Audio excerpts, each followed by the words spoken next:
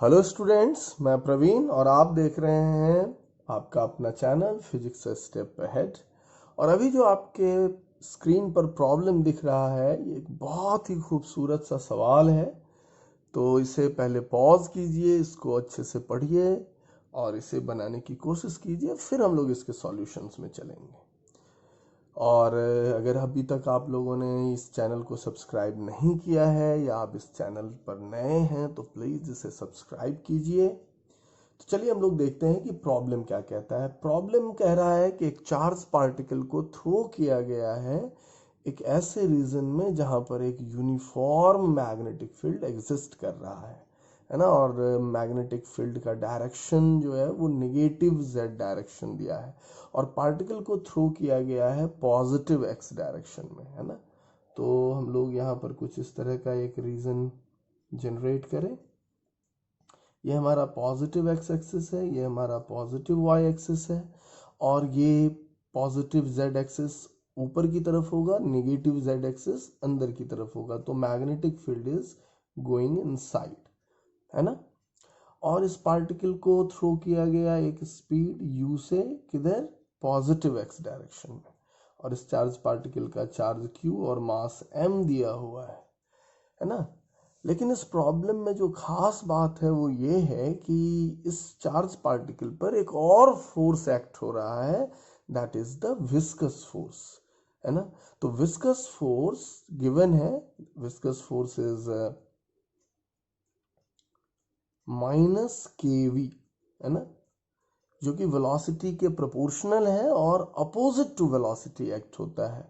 सो इस viscous force की वजह से इसका पाथ सर्कुलर नहीं रह पाएगा। अगर केवल मैग्नेटिक फील्ड होता ना तो इसका पाथ तो सर्कुलर होता, है ना।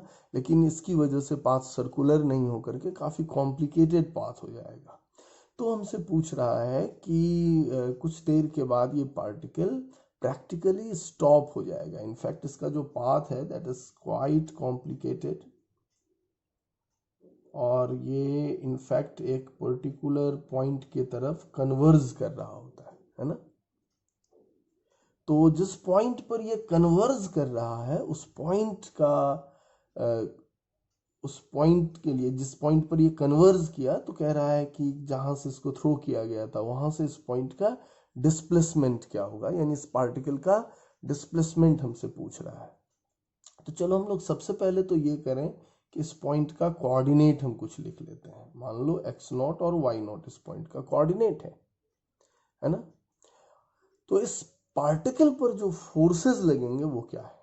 तो यहाँ पर मान लो ये पार्टिकल जा रहा है, तो अब तो इतना तय हो गया कि इस पार्टिकल का स्पीड भी चेंज हो रहा है। मान लो यहाँ पर वेलोसिटी v, तो इस पर वेलोसिटी के अपोजिट डायरेक्शन में विस्कस फोर्स लगेगा और एक और फोर्स इस पर एक्ट होगा, that is the magnetic force, that is Q V cross B, है ना।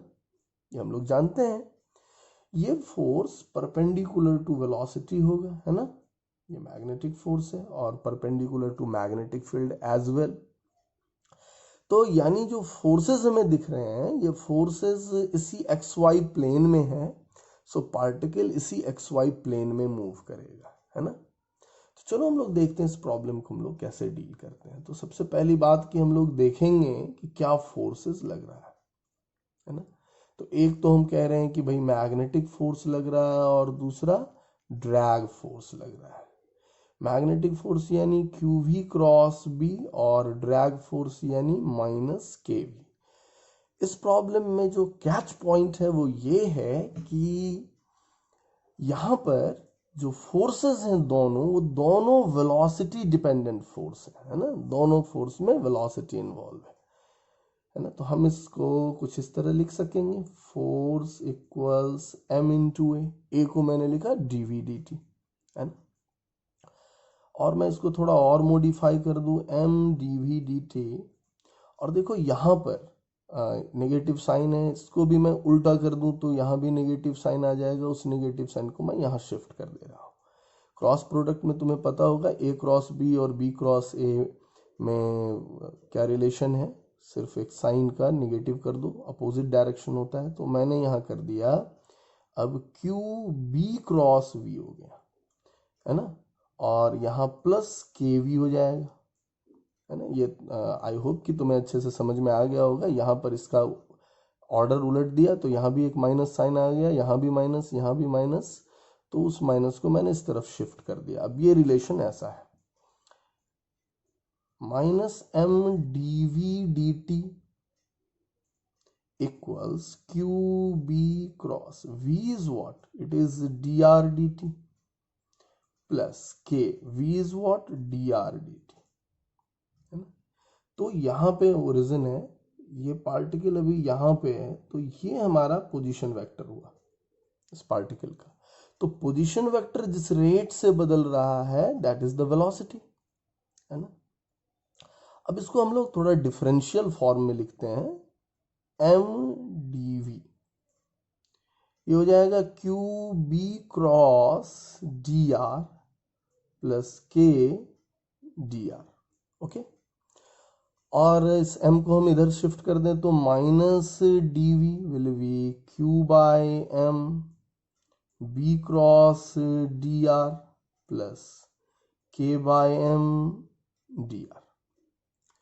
अब हम इसको इंटीग्रेट कर रहे हैं, है ना। तो तुम इंटीग्रेट करके दो तरीके से कर सकते हो, फिर वो लिमिट वगैरह लगा के भी बना सकते हो, या फिर इंटीग्रेशनल कांस्टेंट भी यूज कर सकते हो, है ना। लेकिन मैं वो सब उतना यूज नहीं कर रहा हूं, मैं सिंपली इंटीग्रेशन से, देखो क्या कर रहा हूं, मैं इसको लिख रहा हूं माइनस ऑफ डेल्टा वी। अगर तुम इंटीग्रेट करोगे भी तो तुम्हें क्या मिलेगा, यहाँ पर dv का इंटीग्रल क्या मिलेगा तुम्हें, चेंज इन वेलोसिटी मिलेगा। और मैं ये ऐसा क्यों कर पा रहा हूं, क्योंकि यहाँ है तो क्रॉस प्रोडक्ट, तो तुम कहोगे कि सर क्रॉस प्रोडक्ट का इंटीग्रेशन तो हमें करने आता नहीं है, लेकिन यहाँ खासियत क्या है कि मैग्नेटिक फील्ड है, कांस्टेंट फील्ड है, और यहाँ पर ये मैग्नेटिक फील्ड को हम लोग इंटीग्रेशन से बाहर कर सकते हैं बिल्कुल पहले की तरह, और डी आर का इंटीग्रल क्या हो जाएगा, डेल्टा आर हो जाएगा, है ना, प्लस के बाय एम, है ना, और डी आर का इंटीग्रल डेल्टा आर हो जाएगा, है ना।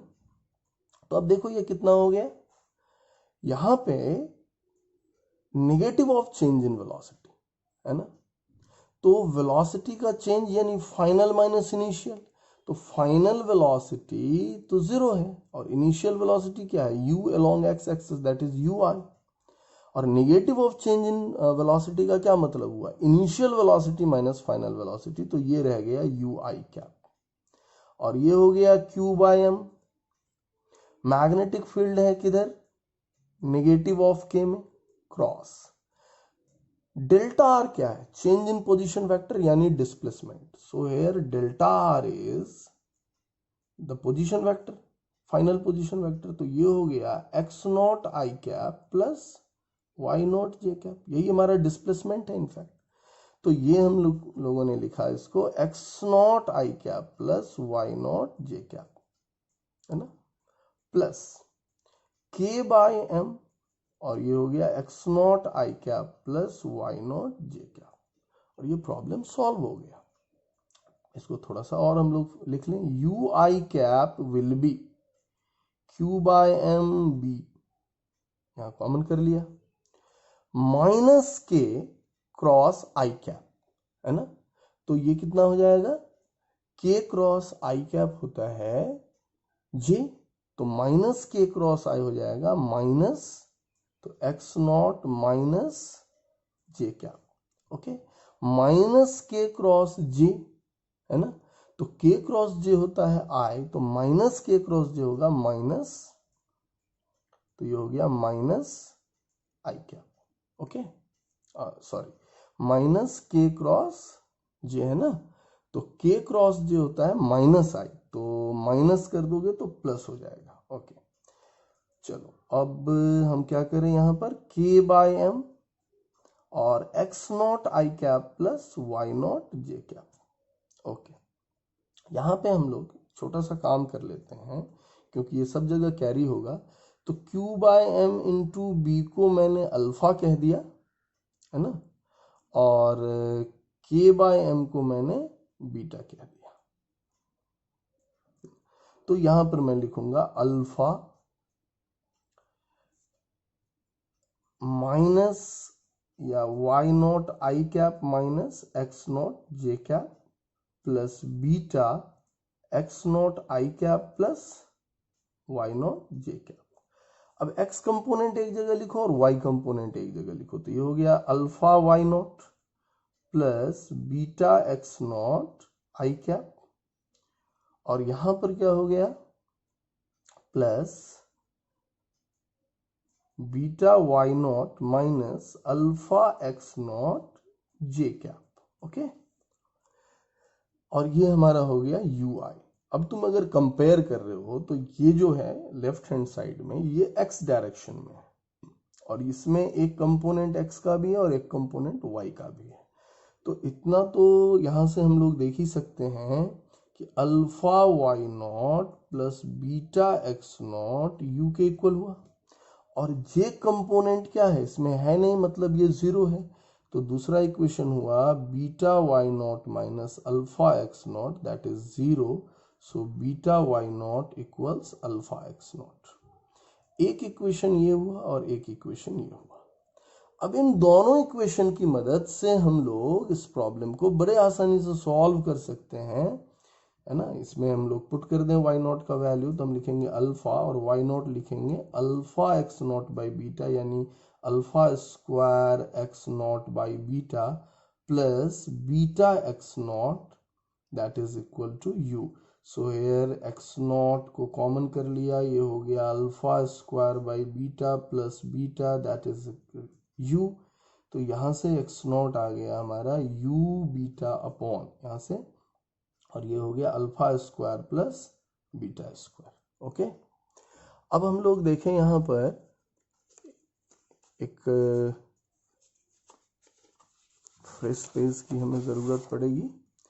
तो ये हमको एक्स नॉट निकल के आया। अब हम लोग वाई नॉट निकालने की कोशिश करें, तो वाई नॉट क्या हो जाएगा alpha x naught by beta, यानी alpha by beta into x not that is you beta by alpha square plus beta square. Okay, तो यहाँ बीटा कैंसिल हो गया, सो वाई नॉट हो गया U alpha upon alpha square plus beta square. So what we get X not is you beta upon alpha square plus beta square.